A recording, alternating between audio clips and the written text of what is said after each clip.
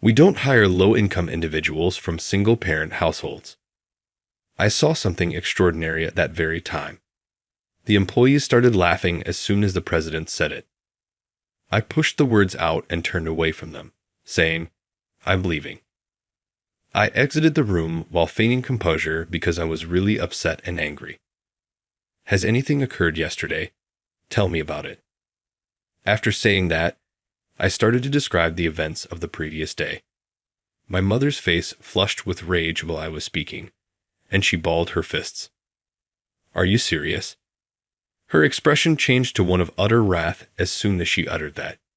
She reached for her phone. "Cancel the account worth $500 million. What?" There was a moment of stillness before the president frantically responded. He never imagined that his disdain for lone mothers would come back to punish him so severely. "I'm Jessica Sanders, and I'm 52 years old. I grew up in a little Midwest city where I was born.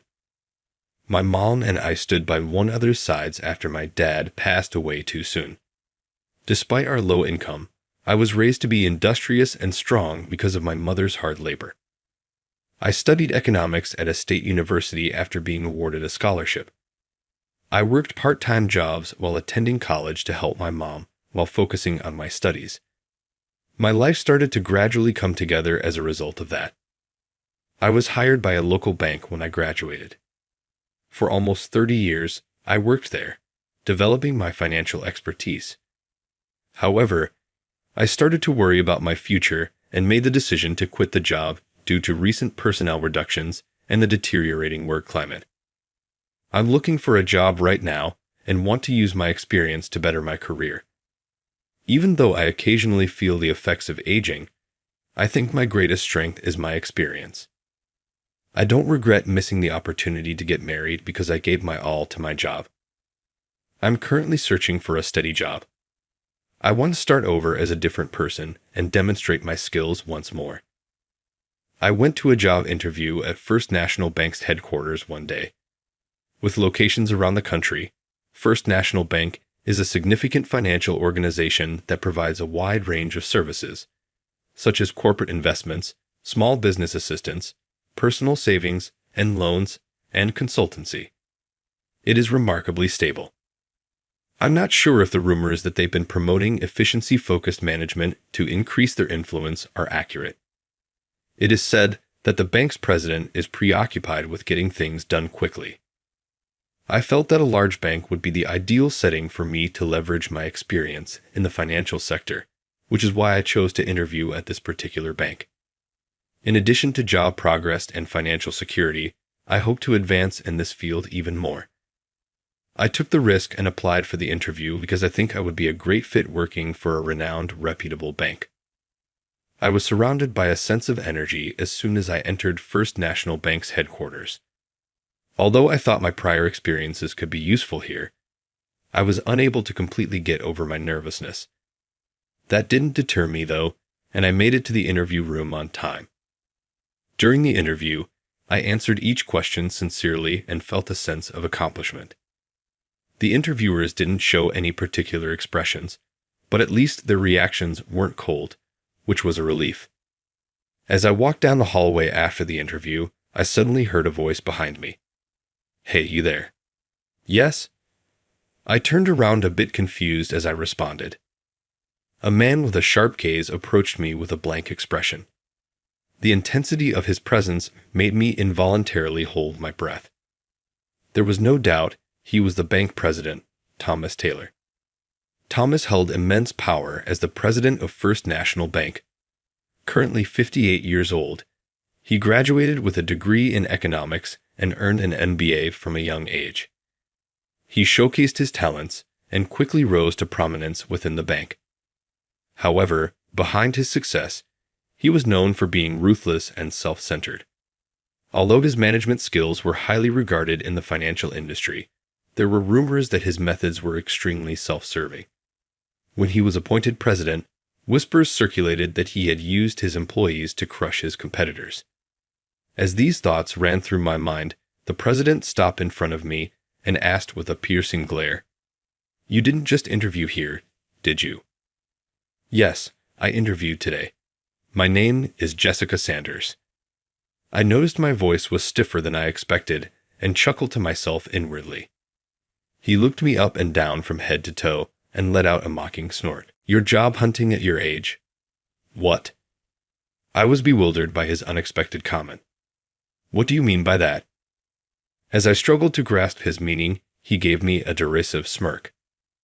"You look to be about my age, or are you just aging poorly?" At that moment, I felt a chill deep in my chest.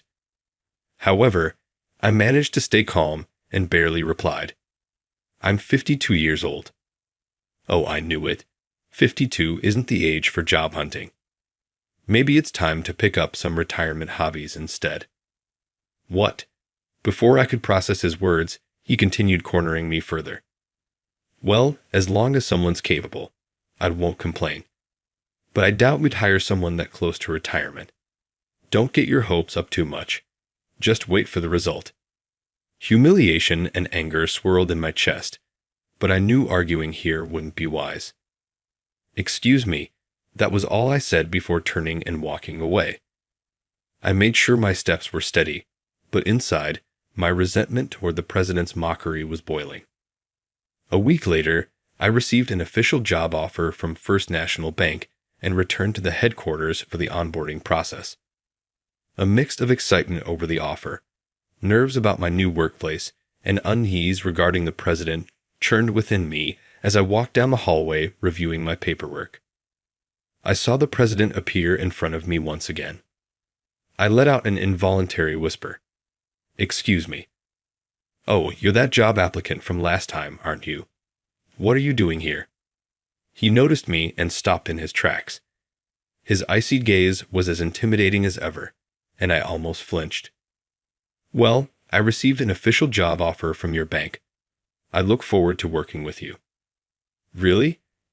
I could have sworn I checked the list of new hires. "What was your name again?" "It's Jessica Sanders," I answered.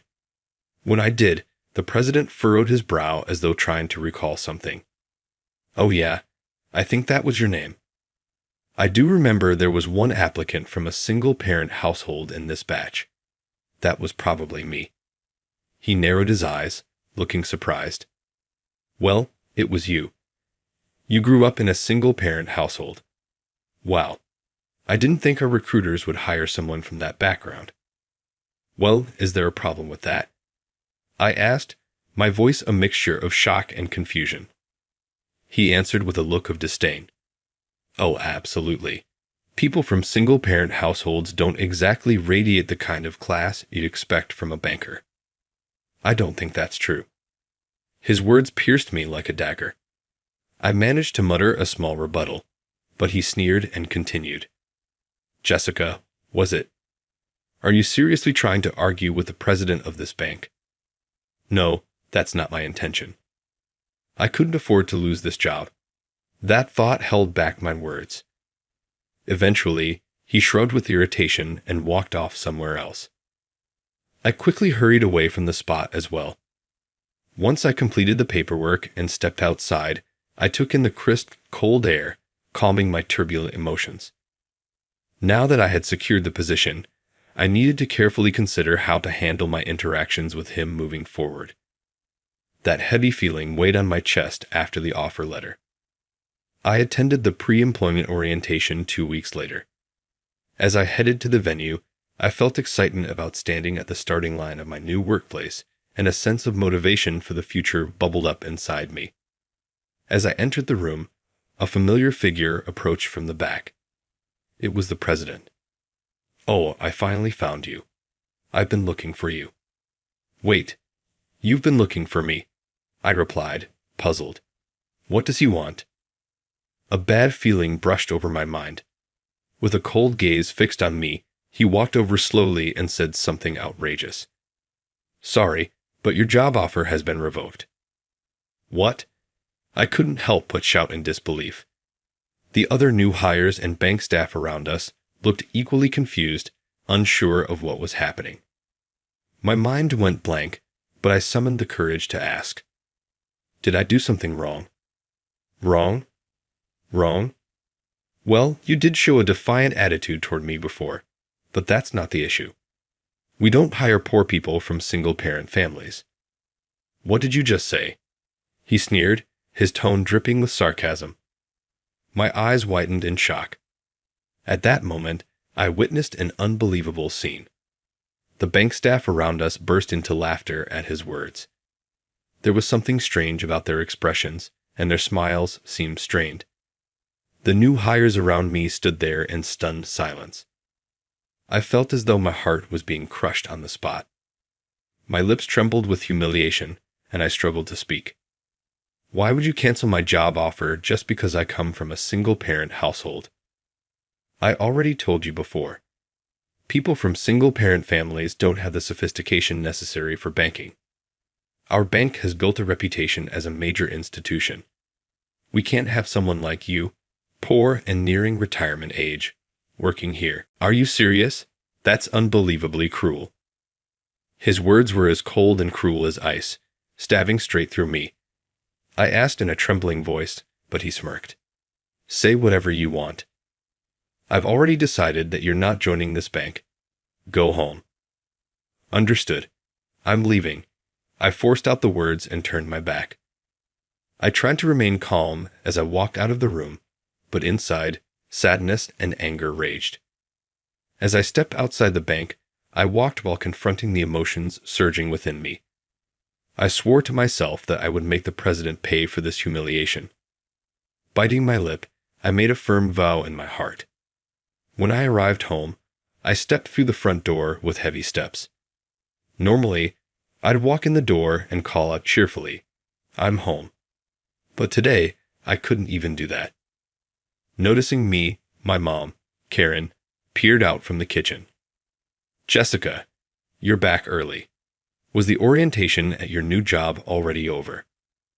"Well, yeah," I answered, trying to sound calm, but I could tell my voice was shaking slightly. Before my mom could say anything more, I hurried into my room. The next morning, at breakfast, my mom spoke to me again. "Jessica, did something happen yesterday? Talk to me. But it's fine, just tell me. I'm here to listen." Those words made me open up about what happened the day before. I told her that the president had canceled my job offer because I came from a single-parent household. As I spoke, my mom's face turned red with anger, and she clenched her fists.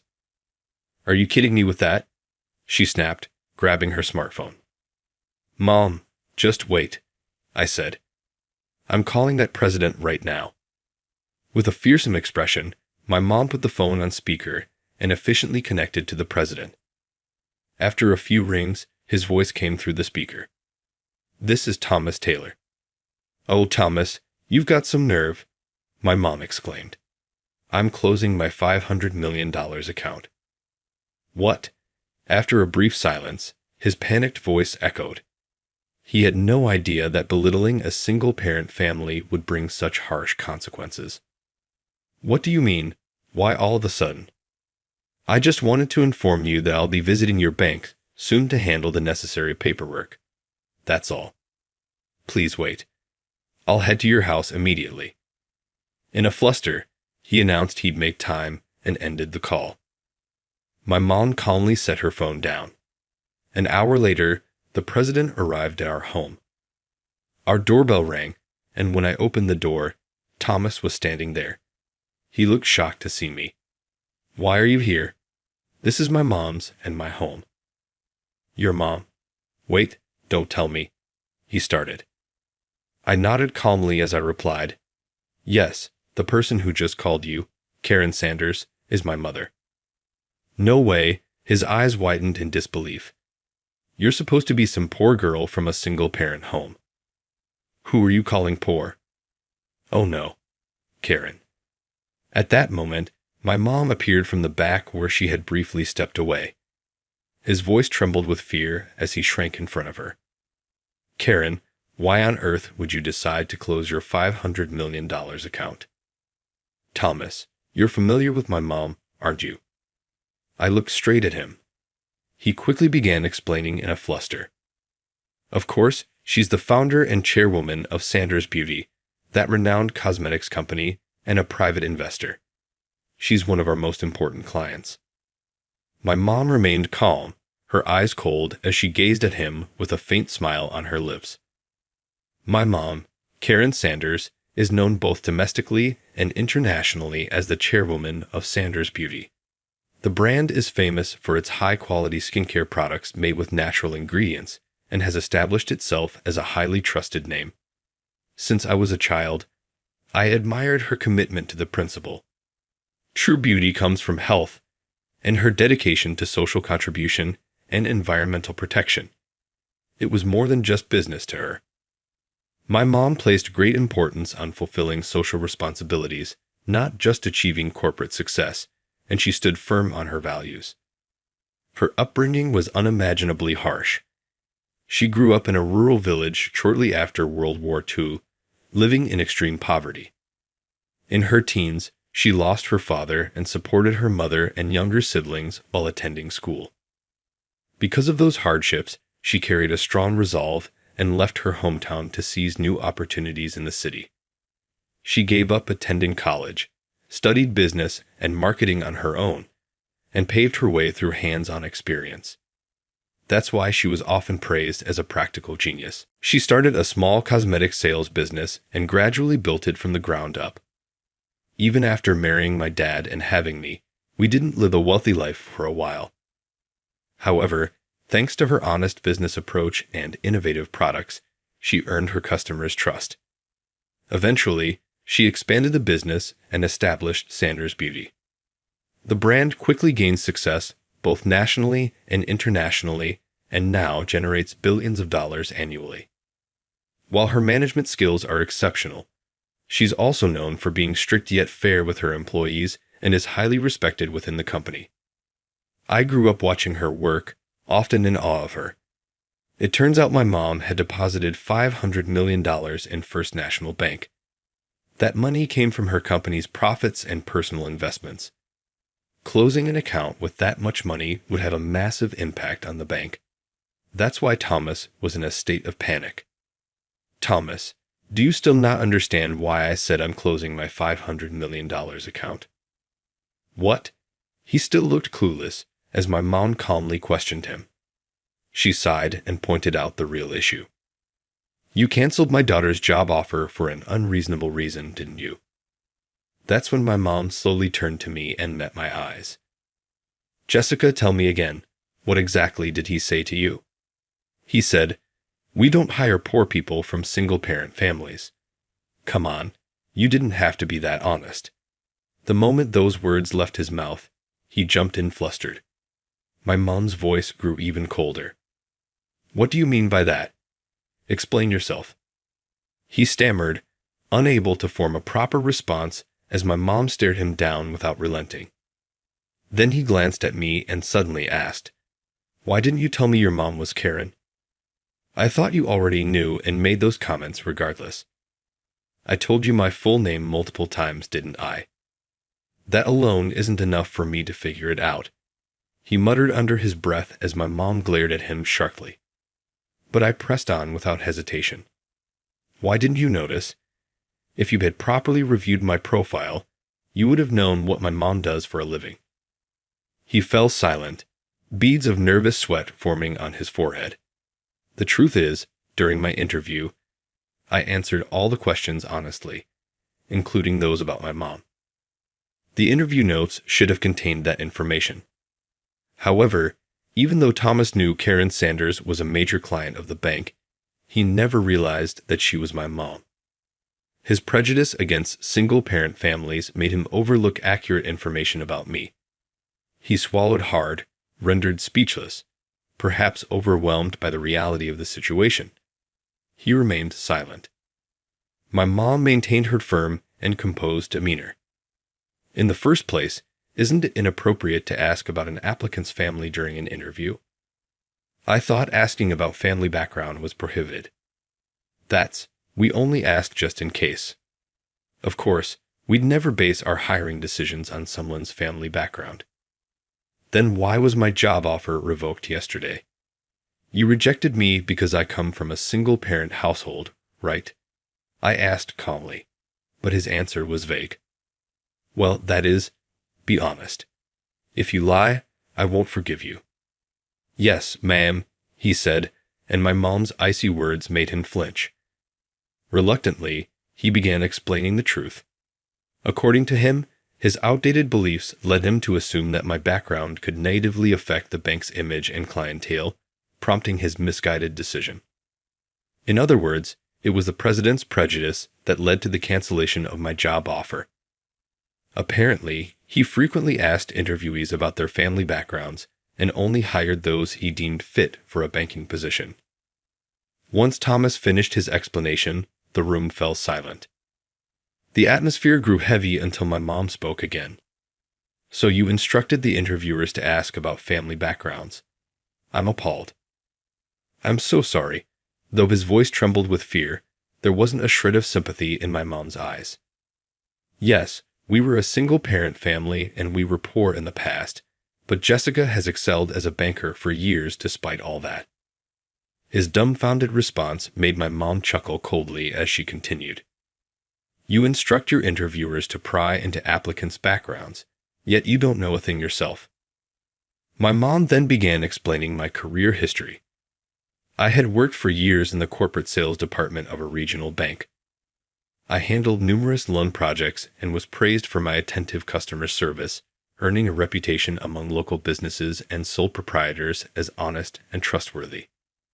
My supervisors considered me a strong candidate for a management role, and I was often sought out by my colleagues in the corporate sales department for advice. Based on those achievements, the interviewers at First National Bank highly valued my abilities and extended me a job offer. However, Thomas was completely unaware of these facts and judged me solely based on his prejudice against single-parent families. When my mom finished recounting my accomplishments, his face had gone pale, as though he was regretting his actions. Why didn't you tell me all of this sooner? As I said earlier, I assumed you already knew, but it appears I was mistaken. Hearing his feeble excuse, I couldn't suppress my frustration and responded with a hint of sarcasm. Thomas was at a loss for words. Anyway, I can't trust a bank led by someone like you. I plan to transfer the $500 million to another bank. My mom's icy voice rang through the room, making him visibly panic. I'm begging you, please reconsider. If you withdraw that much money, it'll severely affect our bank's operations and reputation. I don't care. Just prepare everything. I'll be visiting soon to finalize the paperwork. He desperately pleaded for her to keep the funds in his bank, but my mom remained stone-faced. With a resolute tone, she dismissed him and sent him out of our home entirely. A week later, my mom and I visited the headquarters of First National Bank. By then, I had already come to terms with the reality of my rescinded job offer. I was ready to take the next step toward a new future. As we waited in the reception area for the transfer process, hurried footsteps approached. When I turned around, I saw Thomas running toward us, drenched in sweat. Karen, I've been waiting for you. Please reconsider transferring the money. He was out of breath as he pleaded, but my mom stared at him coldly. Thomas, I've already made my decision. I'm deeply sorry about what happened with your daughter. We'll undo the job offer cancellation. Please, I'm begging you. He was practically groveling. However, his words didn't sway me in the slightest. No, I can't forgive you. Why not? I've apologized to you many times. I know the truth. I'm aware that you've harassed other employees at your bank as well. His eyes widened in shock as I calmly confronted him with the facts. Over the past week, I had gathered information about First National Bank.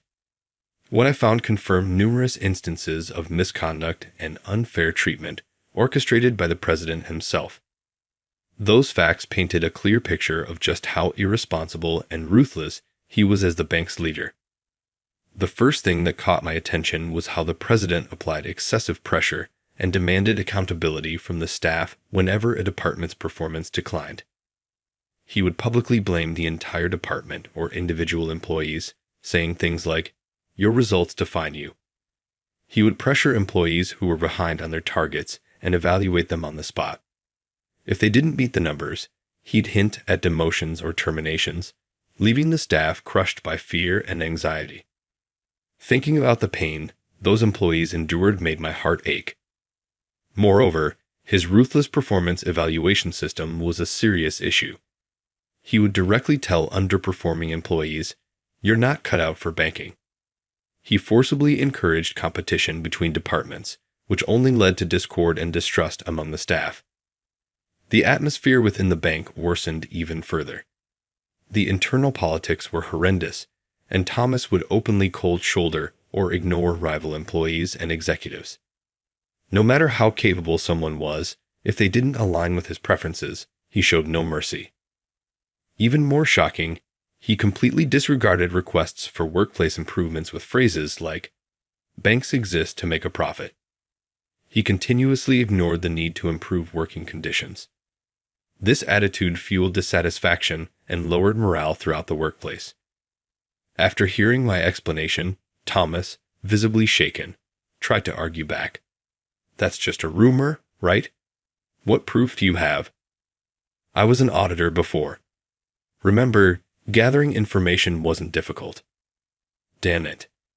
He fell silent, unable to refute my words. Looking at him, I felt once again how reckless and foolish his actions were. Also, someone I know used to work at this bank. They told me how unbearable the pressure you put on employees was and how they eventually had to resign. The time that president they were referring to, that was you. I spoke calmly, watching his reaction. His expression grew darker. That can't be. I heard it directly from them. When my job offer was rescinded, the way the employees laughed unnaturally, it was probably because they felt compelled to appease you. I looked straight at him. His lips trembled slightly, and he couldn't find any words to respond. I felt that the laughter that day wasn't born out of malice, but rather out of fear. In an environment where they couldn't defy the president's authority, they were forced to plaster fake smiles and play along. They didn't have a choice. Defying the president could jeopardize their careers.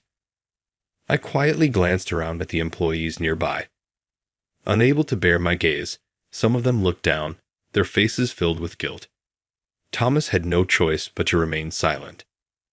I've already accepted that my offer was rescinded, and I've decided to apply at another bank, so there's no stopping my mom from transferring her funds. Exactly, my mom nodded, and her cold, resolute words made his face turn even paler. This can't be. The employees working here should either quit or report this bank externally. If it were me, I wouldn't hesitate. Each word felt like a sharp dagger. The surrounding employees began to murmur, and the tension spread. "Please, stop. Jessica, you shouldn't work at a place like this." "You're right. I'll apply to a better bank." Next, my conversation with my mom solidified my resolve. No matter how hard the president pleaded, I felt no attachment to this place. "I'm truly sorry. I'll keep apologizing for the rest of my life and offer you special treatment. So please convince Karen not to close her account," he begged. But his words didn't move me at all. "No, thank you. I will not forgive you." "Neither will I. I'm done with this bank." I never thought it would come to this. Watching his face contorted in despair, I spoke without hesitation. Hearing my mom's resolute words, he collapsed, sitting down on the floor. Ignoring him, my mom and I completed the necessary paperwork. The moment we stepped outside the bank, the fresh air felt comforting. My determination to take the next step toward a new future grew stronger in my heart. After we returned home, we reflected on the events of the day. We could only imagine the blow that withdrawing such a large sum of money would deal to the bank's liquidity. In reality, the impact was far more severe than expected. Uncertainty spread within the bank, and cracks in its management became increasingly visible. Moreover, employees who had long resented the president's unjust practices finally decided to speak out. The United employees exposed the harsh working conditions to the public, and the media widely covered the story. The articles revealed the harsh details of the bank's toxic environment, leading to public outrage. Even the Financial Regulatory Agency was forced to step in, launching an audit and holding the bank's leadership accountable. Ultimately, Thomas was dismissed by the board of directors. His fall from grace was swift. After his dismissal, he was fired from the bank, faced massive compensation claims, and even his personal life fell apart. His wife filed for divorce, and his relationship with his children was completely severed. Attempts to switch to another bank in the industry failed, as his bad reputation had spread, and no institution would take him. As a last resort, he accepted a low-level position at a small local credit union, but his pride made him an outcast there too, and he eventually resigned. Afterward, Thomas began living alone in a rundown apartment in the suburbs, struggling under the weight of debt repayments. A story that gossip columns covered gleefully. Clinging to his past glory, he took on part-time jobs to make ends meet, but even so, he was completely abandoned by those around him. The only solace he found was retelling his old heroic stories at a cheap bar in town, but no one cared to listen.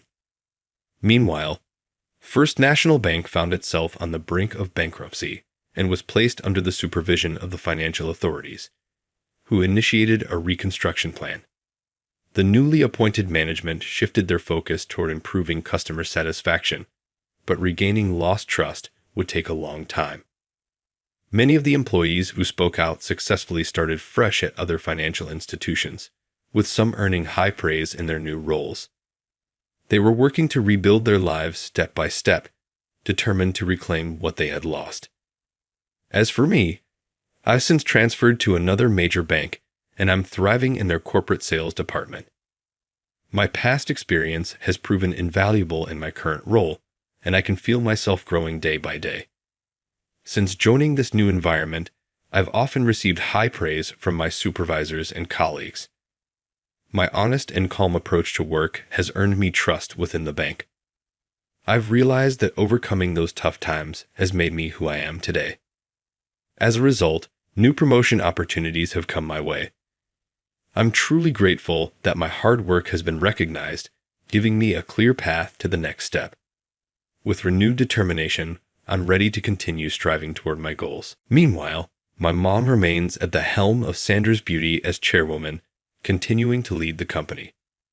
Her business is thriving, and under her leadership, the brand is growing stronger and making great strides in social contribution efforts. Her support of my decision to switch careers and her pride in me have given me the confidence to fully dedicate myself to my work. The bond between us has deepened even further. I regularly receive advice from my mom, and sometimes we travel together or have fun chats about beauty and health. Those moments have become a great source of emotional strength for me. The success of her company has brought stability to our family, allowing me to stay focused on my career, cherishing the value of working with integrity and sincerity that I inherited from her. I plan to continue advancing toward even higher goals.